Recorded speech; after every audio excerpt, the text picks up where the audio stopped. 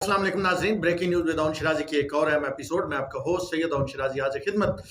नाज़रीन, एक शख्सियत जो है वो निगरान वज़ीर आज़म पाकिस्तान बनी है। सदर ने समरी पे दस्तखत कर दिए हैं जो वज़ीर आज़म ने भेजी है, मौजूदा वज़ीर आज़म यानी शहबाज शरीफ ने। और अब बाकायदा तौर पे 14 अगस्त को दिन 2:30 बजे जो है अनवारुल हक काकड़ साहब वो अपना हलफ लेंगे। अब अनवारुल हक काकड़ साहब के बारे में आप जान चुके होंगे, उनका प्रोफाइल क्या है, कहाँ से ताल्लुक़ रखते हैं, कहाँ पढ़ा है, क्या किया है। लेकिन एक खबर जो मैं आपको दे दूं कि ये इमरान खान के लिए समझें कि एक स्याह ख्वाब है या भयानक ख्वाब है अनवारुल हक काकड़ का बतौर वज़ीर आज़म, निगरान वज़ीर आज़म आना। मैं इसकी वजाहत करूँगा, मैं आपके साथ शेयर भी करूँगा कि ये मैं किन बुनियादों पे कह रहा हूँ, क्या मेरे पास इंफॉर्मेशन है, कहाँ से मैंने ये इंफॉर्मेशन कलेक्ट किया है। आपको मालूम है कि गुज़िश्ता शब मैंने अपने सोशल मीडिया अकाउंट्स पे तस्वीर लगाई वज़ीर आज़म ऑफिस की, जहाँ पे मैं बहुत रात गए मौजूद था ये इंफॉर्मेशन इकट्ठी करने के लिए कि कौन आ रहा है निगरान वज़ीर आज़म। तो उसके साथ साथ मेरी कल वज़ीर आज़म शहबाज शरीफ साहब से भी मुलाकात हुई। वज़ीर इत्तलात व नशियात साबिक़ जो थी मरियम औरंगज़ेब पार्टी की, आप सेक्रेटरी इत्तलात व नशियात यानी ये ज़्यादा बेहतर उनका तारुफ होगा, उनसे भी मुलाकात हुई। मेरी बहुत सारे दीगर सियासतदानों से भी मुलाकात हुई। तो उस मुलाकात को अगर आप ये कहें कि एक पलड़े में रख के और उसका मैं जो वज़न करूं या उन तमाम आर्गूमेंट को एक साथ रख के और उन आर्गूमेंट का निचोड़ निकालूं, तो निचोड़ ये निकलता है जो मैंने आपके सामने पेश किया।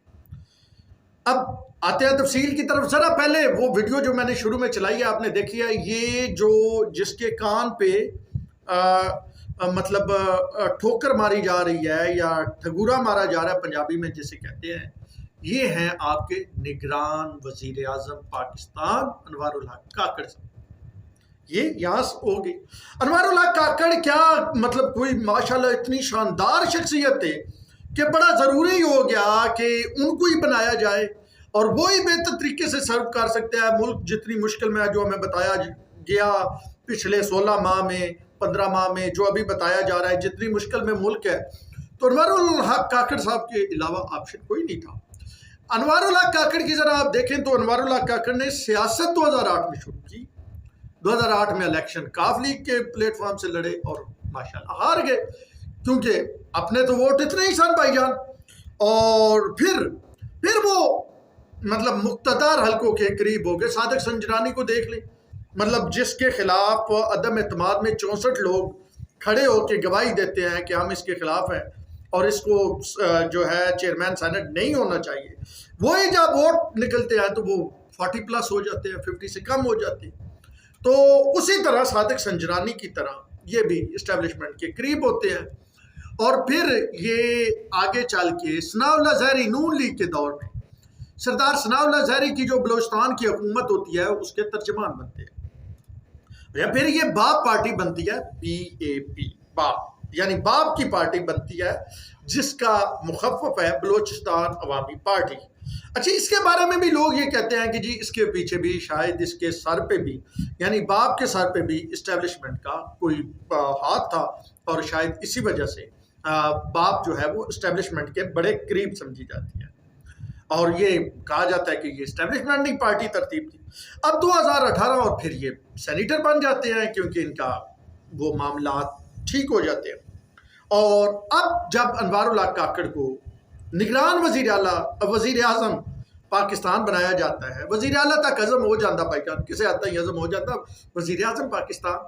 बहरहाल आगे चल के इस पर बात करते हैं। बनाया जाता है तो अनवारुल हक काकड़ जो है वो ओवरसीज की कैमा कमेटी है, उसके सरबराह है सेनेट में और उसके साथ साथ सेनेटर। अब मजमूई तौर पे अगर आप अनवारुल हक काकड़ के कैरियर को देखें तो ये ना कोई बहुत मंजे हुए सियासतदान हैं कि जनाब ये सियासी तौर पे पार्टियों को एक पेज पे कर लेंगे, ये मामलात को दुरुस्त कर लेंगे। ना अनवारुल हक काकड़ साहब कोई इतनी इल्मी शख्सियत है कि जनाब इनके इल्म की इतनी दाग बैठी हुई है कि इससे बेहतर चॉइस नहीं हो सकती थी। अच्छा, ना अनवारुल हक काकड़ साहब इतनी कोई एक्स्ट्राऑर्डिनरी ज़हीन शख्सियत है, ना कोई इतनी बहुत बड़ी कारोबारी शख्सियत है जिन्होंने दिन दुगनी रात चुगनी कारोबार बल्कि 2021 में एक जैली एनजीओ बनाने पे और उसके जरिए पैसे इकट्ठे करने पे इनके खिलाफ, इनके बेटे और एक और है, उसके खिलाफ नैब बलूचिस्तान कार्रवाई कर रहा है, इंक्वायरी शुरू हुई है। और उसके बाद उसका क्या हुआ, उसके बाद उसका मतलब क्या होता है आपने देख लिया।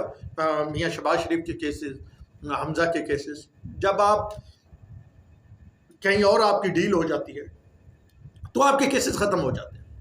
अब जनाब आली ये अनवारुल हक काकड़ साहब बनते हैं कहाँ से? आखिरी इनका सबसे बड़ा ओहदा क्या था? सेनेटर से पहले सेनेटर चले, और सेनेटर तो पाकिस्तान में 104 है। ये थे तर्जमान वजीर आला किसके? बलोचिस्तान के। सादिक संजरानी क्या थे? शिकायत सेल जो था वजीर आजम इसका यूसुफ रजा गिलानी का, उसके इंचार्ज थे बलोचिस्तान। वहां से वो चेयरमैन सेनेट बनते हैं। अब अनवारुल हक काकड़ डायरेक्ट आके वजीर आजम पाकिस्तान की कुर्सी पे। सर जी हत्थे बैठे हैं। पहले तो इधर आ जाए, राजा रियाज ने नाम दिया। अब जब पहली बार अपोजिशन का नाम राजा रियाज ने जो नाम दिया वो एक्सेप्ट हो। अनवारुल हक काकड़ के बारे में अगर राजा रियाज ये भी जानते हो कि उन्होंने सियासी पार्टी से शुरू की थी अपनी सियासत, और इस वक्त वो जिस पार्टी में है, कब से उन्होंने पार्टी बनाई, और वो सेनेटर कब से हैं, और वो तर्जमान किसके रहे, भाई जी मैं मान जावांगा कि जी राजा रियाज दी बेहतरीन सिलेक्शन। राजा रियाज को ये तक नहीं मालूम। ये मैं पूरे दावे के साथ कह सकता हूँ, क्योंकि मैं 15 साल से ज्यादा अरसा से पार्लिमानी सहाफत कर रहा हूँ, राजा रियाज को भी कवर कर रहा हूँ। वो जिनके पोस्टर फाड़े जाते थे, पाटे जाते थे, उनको भी, और वो बंदे को अच्छी तरह पहचानते को भी, और साथ इमरान खान को भी। उनकी सियासत मेरे नज़रों के सामने है। अब देखिए ना, राजा रियाज का क्या है मुस्तकबिल। उन्होंने नून लीग के टिकट से इलेक्शन लड़ा। जरा गौर कीजिए, फैसलाबाद से। आप क्या कितनी सख्त अपोजिशन है। अब आप कहेंगे जो असल खबर मैंने देनी है इमरान खान वाली वो लेट कर रहा हूँ। नहीं, मैं थोड़ा सा आपको पूरी ओवरऑल एक सिनेरियो बता रहा हूँ ना, ताकि आप समझें। तो अनवारुल हक काकड़ इस लेवल का सियासतदान है, यानी आप ये समझें कि अब बुजदार ना लो भी काम बदे हो यार। ठीक है। अब जनाब आली इमरान खान के लिए क्यों मुश्किल है? एक नून लीग के वजीर है, उनके पास कोई 2-1 घंटे वजीर थे, अभी नहीं है, पहले 2, चले ये बता दे तू, 2 मिनिस्ट्रियां थी उनके पास। तो उनके पास शहर खान अब्बासी आए, तकरीबन 2-1 घंटे बैठे रहे, 2.5 घंटे। जब गए तो नून लीग के वजीर से एक बंदे ने जाके, एक साफी ने जाके, उन्हें जाके पूछा साद रफीक से कि ख्वाजा साहब शहर खान अब्बासी वजीर आजम क्या टेकर आ रहे हैं, तो आप भी इसमें कंसेंसस, और ये आपसे क्या, शायद साहब बहुत अच्छे बंदे हैं, कैंडिडेट बहुत अच्छे हैं, लेकिन प्रॉब्लम यह है कि खट्टे मीठे हैं, और हमने इमरान खान को आहो तो हमें वो बंदा चाहिए जो इमरान खान को काबू रखे। ये मैं आपको फर्स्ट इंफॉर्मेशन बता रहा हूँ। तो हमें वो बंदा चाहिए। शायद खान अब्बासी पे भरोसा नहीं है, इस हवाले से भरोसा। तो फिर भाईजान ये माइंडसेट था बनाते हुए। अच्छा, अगर कोई भी ऐसी शख्सियत, जलीलाबाद जलानी बना देते, वो एक ब्यूरोक्रेट था, उसने कहा वो इस तरह एक्शन, या किसी और को बना देते जो साख वाला था, जो कहता कहीं भी आड़े जाता, वो कहता नहीं भाई जी इनफ इज इनफ, यहां से आगे नहीं। Senator Anwarul Haq Kakar, the nominated prime minister, caretaker prime minister of Pakistan, मुझे ये बताएं कि मतलब उसके लिए, उनके लिए वजीर आजम पाकिस्तान चाहे निगरान ही, उससे बड़ा होता क्या है? तो जिंदगी में कभी ना सोचा होगा, जैसे राजा परवेज अशरफ को जब वजीर आजम पाकिस्तान बनाया गया तो उस वक्त उनकी सबसे बड़ी ख्वाहिश पता है क्या थी?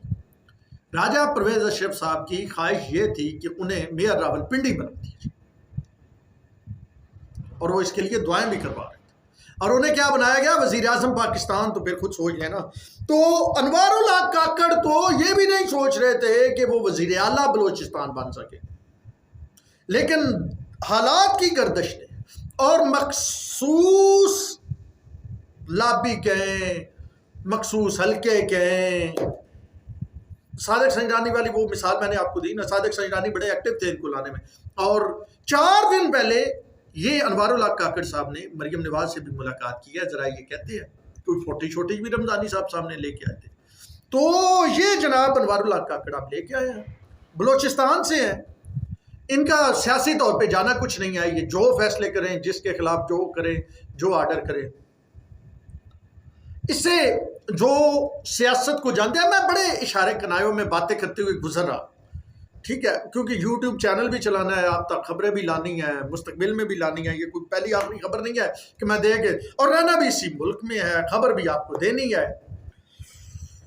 तो भाईजान ये अब आप देख लें कि बलोचिस्तान वाले लोग बहुत अहम जगहों पे बैठे हुए हैं, और टीम देखिए, अब आप जरा देखिए, सितंबर जब गुजरेगा, बस सितंबर गुजरेगा, चीफ जस्टिस कौन बैठा होगा? जस्टिस काजी फाइजी साहब बलोचिस्तान से। केयर टेकर प्राइम मिनिस्टर कौन बैठा होगा? अनवारुल हक काकड़ बलोचिस्तान से। और उसके बाद चेयरमैन सेनेट कौन है? बलोचिस्तान से सादिक संजानी। यानी ये नहीं कह रहा कि बलोचिस्तान के लोग होने की वजह से, लेकिन बलोचिस्तान के लोग आते कैसे हैं? चीफ जस्टिस को छोड़े, वो तो एक सेनाटी वाइज आते, वो आपको पता है। और इमरान खान जो है वो एफआईआरें करवाने की बातें करते थे, किसी को डर्टी यारी कहते थे, किसी को क्या कहते थे। तो अब खान साहब मतलब आप अटक से अडियाला आना चाहते हैं, अलफ अटक अलफ अडियाला। अब ये ना हो कि अटक से अडियाला की बजाय अटक से मच तक का सफर पूरा हो। यानी शहबाज शरीफ एंड कंपनी तो ये नहीं कर सकती थी ना कि उनके मतलब सियासी सर्वाइवल की बात थी, कल उन पे लोगों ने तनकीद करनी थी, तो फिर अब मतलब उन गल तो खान साहब ने भी समझ आनी शुरू होगी क्यों नहीं। हम खान साहब को तरले कर रहे थे, मैं उस मीटिंग के बाहर मौजूद था जब 4th फ्लोर पे committee room number 7 parliament house में खान साहब का वो इजलास हो रहा था जिसमें इन्होंने पार्लियामेंट से इस्तीफों की बात की थी। आज अगर आप पार्लियामेंट में मौजूद होते, खान साहब आपके साथ ये भी ना हो रहा होता जो आपके साथ हो रहा है, 9 मई भी ना होता, ये केयर टेकर में भी आपकी इनपुट होती, और बहुत सारे मामला आपके सीधे होते और आप इलेक्शन लड़ रहे होते। तो बहरहाल सर, अनवारुल हक काकड़ साहब को मुबारक, उनको लाने वालों को भी मुबारक, लेकिन पाकिस्तान तहरीक इंसाफ वालों के लिए असल इम्तिहान अब शुरू होता है। इमरान खान साहब, अभी तो आप जब ब्रेड के साथ अंडे और मक्खन मांगते हैं मिल जाते हैं, मुश्किल टाइम शुरू होने वाला है। 5 डॉक्टर आपको चेक करने पे हैं, और कुछ और भी खबरें आ रही हैं, और ये जो डायरियाँ शायरियाँ आ रही हैं, अब तो कई फिल्में आएंगी, डायरियाँ क्या आनी है। बहरहाल एनी हो जी, अनवारुल हक काकड़ आ गए, हमने आपको इब्तदाइया बता दिया, कहानी आपको समझा दी। अब आने वाले दिनों में मजीद कुछ कहानियाँ आपके सामने लाएंगे, और सबसे पहले एक वीडियो भी दिखा दी कि ये शख्स जो है ये केयर टेकर वज़ीर आज़म पाकिस्तान। अब तक के लिए इतनी, आपने वो सैयद शिराजी को दीजिए इजाज़त, अल्लाह ने।